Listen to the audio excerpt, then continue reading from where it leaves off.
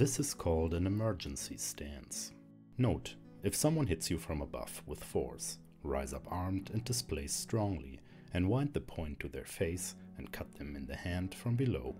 As a variation, we can also read this last part as cut them in the hand with your edge downwards. Peter is going to attack me from above with force. I rise up armed and displace him strongly. Then I wind my point to his face in a counterclockwise motion, so I cut him in the hand or arm with my long edge.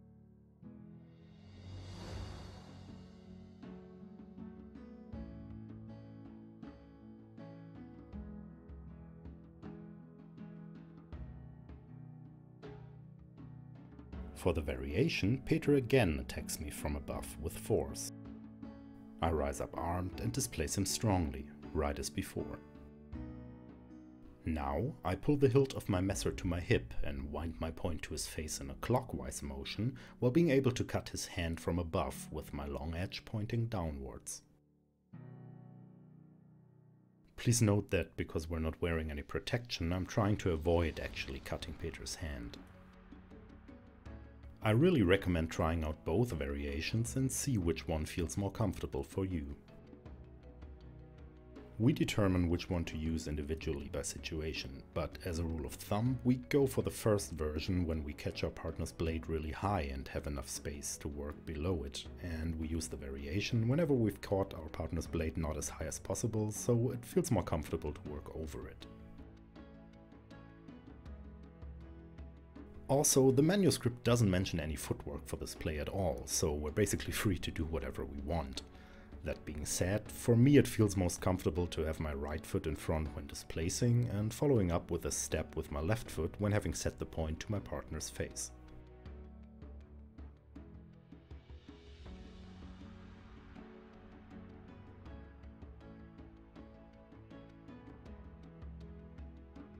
The armed hand, or Gewappnete Hand, is basically just a strong displacement by half-swording, while supporting the blade with our left hand and making sure we've got structure behind it to stop a strong blow.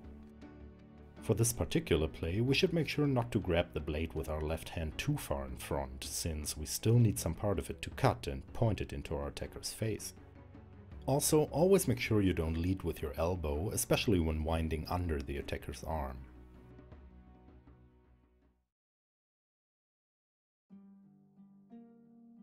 Now, the interesting thing about this play is in which intention the armed hand is used here. In general, half-swording is not an uncommon thing in messer fencing. In Lecküchner's manuscript we see it all over the place when closing in, for example in everything on the Überlaufen. However, Lecküchner almost exclusively uses the armed hand in second intent, while initiating most corresponding plays with either an Enrüsthau or an inverted hand. On the other hand, Paurñfeindt as well as Dürer show it in a similar way as the Glasgow Fechtbuch does.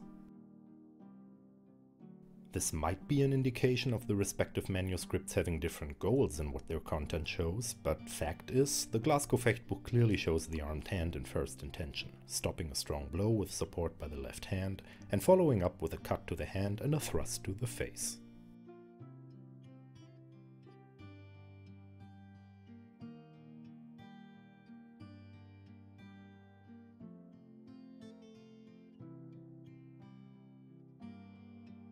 Now, since the play is titled Ein Notstand, an emergency stance, we can fairly assume it's meant to be used in a situation where we either are surprised by our attacker or overwhelmed by sheer force. The manuscript clearly states a strong attack from above. Our experience shows that this attack has to be a strong blow with a lot of intention forward to make the play work in a dynamic setting. If the attacker tries to feint or do shenanigans like, for example, a Winker, it gets exponentially harder to apply the play as described. Also, to stop the incoming attack properly and set up our play correctly, we cannot just stand there trying to catch the blow. We need to actively go in and intercept our attacker's strike. Only if we answer the intention forced upon us with the same degree of intention, we can make sure the play works as we want it to work.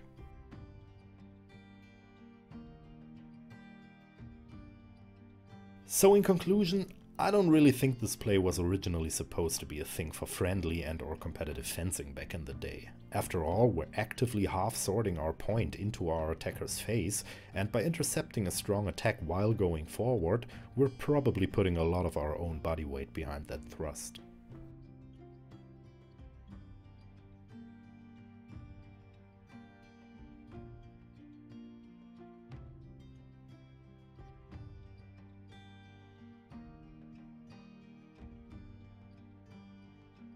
So anyway, 2 takeaways.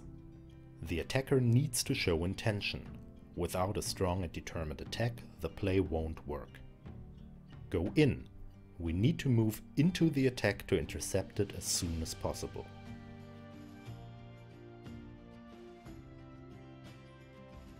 As always, we've recorded some footage and pressure testing. Again, we don't go full force on each other, but we do try to resist. Also, please keep in mind that it's still a setup situation and we both know what's going to happen.